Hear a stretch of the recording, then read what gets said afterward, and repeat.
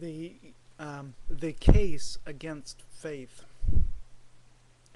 I think it is good for Christians to know not only what they believe and why they believe it, but also why we don't believe what the other guy says.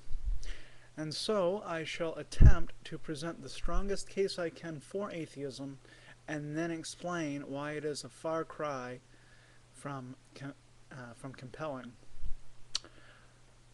This is not an argument for theism or Christianity, but if added to a cumulative case for faith, it can make such a positive case perhaps even more certain than it already is. It can't hurt a case for Christianity, in other words.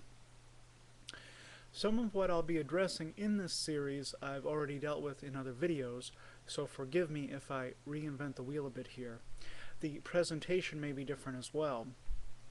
If I were an atheist, I suspect I would appeal to many different standalone arguments, which, though standalone, can be lumped together to form a cumulative case.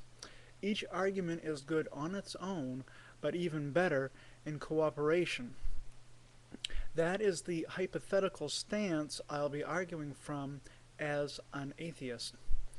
But then I'll switch roles when I refute the atheistic proofs to give my own thoughts on the matter.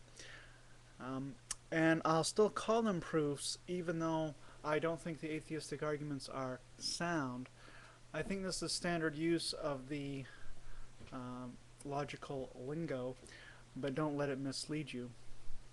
Even though it's not successful, it's still I'm still going to call it a proof. And I shall make no attempt in what follows to originality. I'll simply try to give honest reconstructions of the traditional arguments against faith. After giving them a fair hearing, I'll attempt to debunk them. The debunking may or may not be original. As always, critical responses are most welcome. Here are the arguments for atheism I'll be addressing. 0. Disproofs of arguments for the existence of God. 1. The hiddenness of God. 2. The meaninglessness of God talk. 3. The deductive problem of evil. 4. The inductive problem of evil. 5. Single attribute arguments. 6. Multiple attribute arguments. So that's the table of contents of what is to come. And we'll deal real briefly with the first one, or the 0th one I should say, atheist rebuttals. Whenever a bad argument is given for the truth of a proposition X, we can certainly say that X has not borne the burden of proof and hence remains unjustified. At the same time, a bad argument for X is by no stretch of the imagination a good argument for the truth of not X. A bad argument for X is not a good argument against X. If all the arguments ever produced in favor of theism have been shown to be unsound, and the atheist must shoulder the excessive burden of proof that they can do just that they can show all the theistic proofs are unsound, all the arguments for God's existence, then that says nothing whatever about the truth or falsity of a belief in God. This is one of many reasons why Bertrand Russell's speech entitled Why I Am Not a Christian was so bad. It consisted largely of Russell tearing down the arguments of Christian apologists. At least he seemed to think he was tearing them down, but that in no way establishes the truth of the proposition God does not exist. Neither does it even remotely justify the proposition Christianity is almost certainly a false view.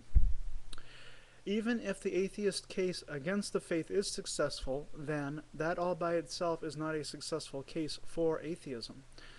In a previous series of videos, I go point by point through all the common atheist rebuttals to classical apologetics, so I'll leave this 0th point aside for now. I'll put a link in the sidebar for that previous series where I did rebuttals of the atheistic arguments against the classical Christian apologetics. I'll put that in the sidebar if you're interested.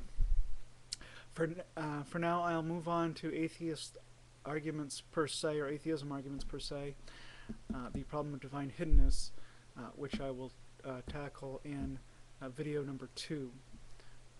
Thank you for watching, and shalom out. Oh, and by the way, thanks. I recently got my 50th subscriber, so I'm pretty excited about that. Thank you all for subscribing. Goodbye now.